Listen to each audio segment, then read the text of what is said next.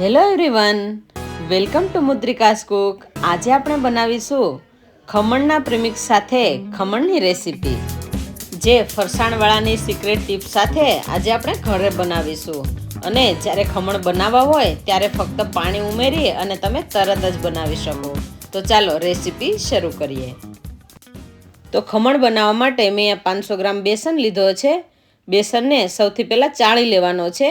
અહીંયા બેસનને ચાળવો ખૂબ જરૂરી છે, જેનાથી આપણું પ્રીમિક્સ છે એક સરખું થશે અને એમાંથી ખમણ છે એકદમ સ્પોન્જી અને સોફ્ટ બનશે.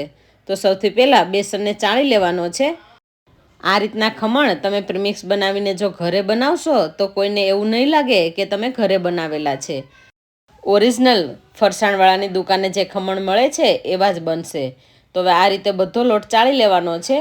અને હવે જે ગાંઠાનો ભાગ છે એને આપણે ચમચીની મદદથી અથવા તો હાથેથી આ રીતે ભાંગી લઈશું અને ચાળી લઈશું. તો આ રીતે બધો બેસન ચાળી લેવાનો છે. તો અહીંયા બેસન ચડાઈ ગયો છે.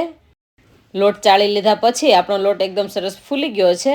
હવે એની અંદર અડધી વાટકી વજનમાં 80 ગ્રામ અડદનો કરકરો લોટ ઉમેરીશું. અહીંયા અડદનો કરકરો લોટ જ ઉમેરવાનો છે. હવે અડધી વાટકી રવો ઉમેરી દઈશું. વજનમાં 80 ગ્રામ છે. અહીંયા 500 ગ્રામ લોટની સામે અડધી વાટકી રવો અને અડધી વાટકી અડદનો કરકરો લોટ ઉમેરવાનો છે. હવે બધા લોટને મિક્સ કરી લઈશું. જો તમારી પાસે અડદનો કરકરો લોટ ન હોય તો અડદની દાળને શેકી અને થોડીવાર ઠંડી પાડી અને મિક્સર જારની અંદર દળી અને તમે કરકરો લોટ તૈયાર કરી શકો. તો અહીંયા બધા લોટ મિક્સ થઈ ગયા છે. લોટ બરાબર મિક્સ થઈ જાય એટલે એક મિક્સર જારની અંદર 1 ચમચી લીંબુના ફૂલ ઉમેરી દઈશું ખટાશ માટે, અને 2 મોટી ચમચી ખાંડ ઉમેરવાની છે.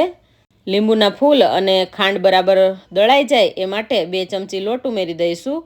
હવે બધી વસ્તુને બરાબર દળી લેવાનો છે, એનો પાવડર કરી લઈશું. તો મિક્સર જારની અંદર ચાલુ બંધ કરી અને પાવડર બનાવી લઈશું. તો અહીંયા આ રીતનો એકદમ સરસ પાવડર થઈ ગયો છે. લીંબુના ફૂલ અને ખાંડ બરાબર લોટ સાથે મિક્સ થઈ ગયા છે. આ રીતે કરવાથી એકદમ સરસ લોટ સાથે ખાંડ અને લીંબુના ફૂલ છે એ ભળી જશે. ખમણને એકદમ સરસ ફૂલાવવા માટે મેં આ 4 પેકેટ ઈનો લીધો છે, એ ઉમેરી દઈશું. અહીંયા આપણે ઈનો ફ્રૂટ સોલ્ટ લેવાનો છે, બીજા એક ફ્લેવરવાળો નથી લેવાનો. તો 4 પેકિંગ ઈનો આપણે આની અંદર ઉમેરી દઈશું. ઈનોને લોટ સાથે બરાબર મિક્સ કરી લેવાનો છે. તો ઈનો મિક્સ થઈ ગયો છે. હવે સ્વાદ અનુસાર મીઠું ઉમેરી દઈશું. ચપટી હળદર ઉમેરવાની છે. અહીંયા વધારે હળદર નથી ઉમેરવાની. હળદર જો વધારે થઈ જશે તો ખમણને બાફતી વખતે ઉપરથી ખમણ છે એ લાલ થઈ જશે. તો હવે હળદર ઉમેરી અને બધું બરાબર મિક્સ કરી લેવાનું છે. તો બધું બરાબર મિક્સ થઈ ગયું છે અને આપણું ખમણ માટેનું પ્રીમિક્સ બનીને તૈયાર થઈ ગયું છે. હવે આપણે આ પ્રીમિક્સને એરટાઇટ ડબ્બામાં ભરી લેવાનું છે. પ્રીમિક્સને ડબ્બામાં ભરતી વખતે આપણે એ વાતનું ખાસ ધ્યાન રાખવાનું છે કે પ્રીમિક્સને આપણે દબાવીને નથી ભરવાનું. હળવા હાથે આપણે ડબ્બામાં ઉમેરી દઈશું અને ડબ્બાને પેક કરી અને તમે આ પ્રીમિક્સને 3 મહિના સુધી સ્ટોર કરી શકો. અને જ્યારે તમને ખમણ ખાવાનું મન થાય ત્યારે માત્ર પાણી ઉમેરી અને તમે તરત જ ખમણ બનાવી શકો. તો અહીંયા ખમણ માટેનું પ્રીમિક્સ બનીને તૈયાર થઈ ગયું છે. હવે આપણે આ પ્રીમિક્સમાંથી ખમણ કેવી રીતે બનાવવા તે પણ જોઈ લઈએ.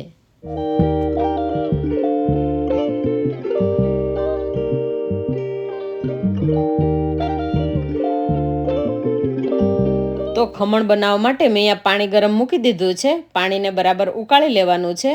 હવે પાણી ગરમ થઈ જાય પછી એના પર કાણાવાળી આ રીતે ડીશ રાખી દેવાની છે. જે થાળીમાં ખમણ બનાવવાના છે એ થાળીને તેલથી ગ્રીસ કરી લઈશું. અહીંયા બેટર બનાવ્યા પહેલાં આપણે થાળીને તેલથી ગ્રીસ કરી લઈશું અને પછી બેટર બનાવીશું. અને પાણી પણ ઉકળી ગયું છે. તો હવે આપણે ખમણનું પ્રીમિક્સ લઈશું.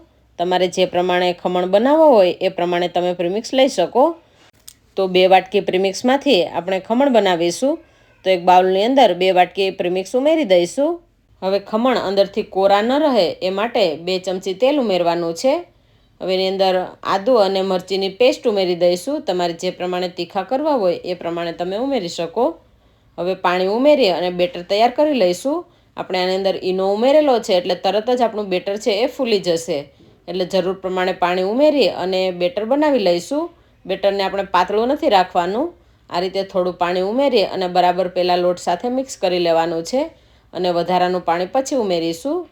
તો અહીંયા આ રીતનું આપણું બેટર તૈયાર થઈ ગયું છે. હવે આપણે જે થાળીમાં તેલ લગાવેલું છે એને ઢોકળિયામાં રાખી દઈશું અને બેટર ઉમેરી દઈશું. તો આ રીતે બધું બેટર ઉમેરી દેવાનું છે અને થાળીને સેટ કરી અને ઢાંકી દઈશું અને 10થી 12 મિનિટ ચડવા દઈશું. તો 12 મિનિટ જેવું થઈ ગયું છે અને ખમણ બફાઈ ગયા છે. તો હવે ઢોકળિયામાંથી થાળીને કાઢી લઈશું અને ઠંડી પડવા દઈશું. તો આ રીતના એકદમ સ્પોન્જી આપણા ખમણ તૈયાર થઈ ગયા છે. ખમણ બરાબર ઠંડા પડે પછી એના ઉપર તેલ લગાવી દઈશું 1 ચમચી જેટલું. હવે થાળીને પલટાવી અને ખમણને અલગ કરી લઈશું. તો આ રીતે ખમણ છે એકદમ સરસ ચડી ગયા છે અને આ રીતના ફૂલી પણ ગયા છે. હવે એમાં કાપા પાડી લઈશું. તો આ રીતે ઊભા કાપા કરી અને ફરી પાછા આપણે આડા કાપા પાડી લઈશું. તો અહીંયા જોઈને જ ખાવાનું મન થાય એવા ખમણ બનીને તૈયાર થઈ ગયા છે. હવે આમાંથી આપણે એક પીસ કાઢીને જોઈ લઈશું. જોઈને જ ખાવાનું મન થાય એવા ખમણ બનીને તૈયાર થઈ ગયા છે. અને એક પીસ કાઢીને જોઈશું તો એકદમ સોફ્ટ અને સ્પોન્જી બન્યા છે. તો આ રીતના ખમણ તમે ફટાફટ બનાવી શકો. તો તમે પણ આ પ્રીમિક્સની રેસીપી જરૂરથી ટ્રાય કરજો અને એમાંથી આ રીતના ખમણ તમે ગમે ત્યારે મન થાય ત્યારે બનાવીને ખાઈ શકો. હવે આપણે ખમણનો વઘાર કરીશું. તો વઘાર માટે 3 ચમચી જેટલું તેલ ગરમ મૂકી દઈશું. 1 ચમચી રાઈ, 1 ચમચી આખું જીરું, 1 મરચાંના આ રીતે ટુકડા કરીને લીધા છે એ ઉમેરી દઈશું. સાથે 3 થી 4 જેટલી મરચી પણ ઉમેરી દઈશું અને મીઠા લીમડાના પાન લીધા છે એ પણ ઉમેરી દઈશું. વઘાર બરાબર ઉકળી જાય પછી એની અંદર પાણી ઉમેરીશું. તો અહીંયા અડધા ગ્લાસ જેટલું પાણી ઉમેરવાનું છે. સાથે 2 ચમચી ખાંડ ઉમેરી દઈશું. હવે આપણે વઘારને બરાબર મિક્સ કરી અને ખમણ પર ઉમેરી દઈશું. તો આ રીતનો વઘાર ઉકળી જાય પછી આપણે તરત જ ખમણ ઉપર ઉમેરી દેવાનો છે.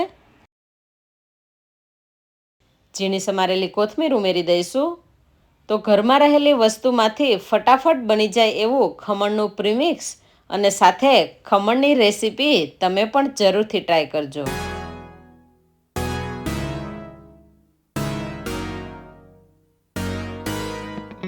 તમને અમારી આ રેસીપી પસંદ આવી હોય તો વિડીયોને લાઈક શેર જરૂરથી કરજો અને અમારી ચેનલમાં નવા હોય તો ચેનલને સબસ્ક્રાઈબ કરવાનું ના ભૂલતા.